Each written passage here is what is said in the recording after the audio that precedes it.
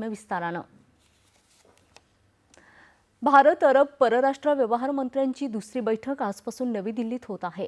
नवी दिल्लीत होणाऱ्या या बैठकीचे यजमानपद भारताकडे प्रथमच असून भारत आणि संयुक्त अरब अमिराती या बैठकीसह अध्यक्षपद भूषवत आहेत।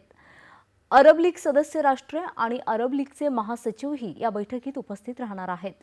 अरब लीगच्या सदस्य देशांपैकी 10 पैकी अधिक परराष्ट्र व्यवहार मंत्री या बैठकीत सहभागी होण्याची अपेक्षा आहे। तब्बल 10 वर्षांच्या अवकाशानंतर ही परिषद होत आहे। याआधी 2016 साली बहारीनला ही परिषद झाली होती। या बैठकीला उपस्थित राहण्यासाठी संबंधित अरब देशांचे परराष्ट्र व्यवहार मंत्री भारतात दाखल होत आहेत।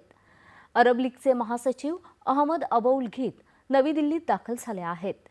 येत्या 2 दिवसात होणाऱ्या उच्चस्तरीय बैठका विविध क्षेत्रातले भारत अरब भागीदारी अधिक दृढ करण्याची कटिबद्धता दर्शवतात, असं परराष्ट्र व्यवहार मंत्रालयानं म्हटलं आहे।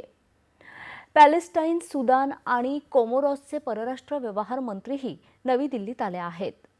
कतारचे परराष्ट्र मंत्री साद अल मुराईकी, लिबियाचे परराष्ट्र मंत्री एम अल्बेअर देखील या परिषदेसाठी दिल्लीत आले आहेत। या पहिल्या बैठकीत सर्व देशांच्या परराष्ट्र मंत्र्यांनी अर्थव्यवस्था, ऊर्जा, शिक्षण, माध्यम आणि संस्कृती अशा प्राधान्यक्रमांची यादी केली होती। या सर्व क्षेत्रांमध्ये सहकार्य अधिक बळकट होण्याची उद्याच्या परिषदेत अपेक्षा आहे। दरम्यान भारताचे परराष्ट्र व्यवहार राज्यमंत्री कीर्तिवर्धन सिंग यांच्या उपस्थितीत काल नवी दिल्लीत भारत अरब देशांच्या वाणिज्य, उद्योग आणि कृषी विभागाच्या प्रमुखांची बैठक झाली।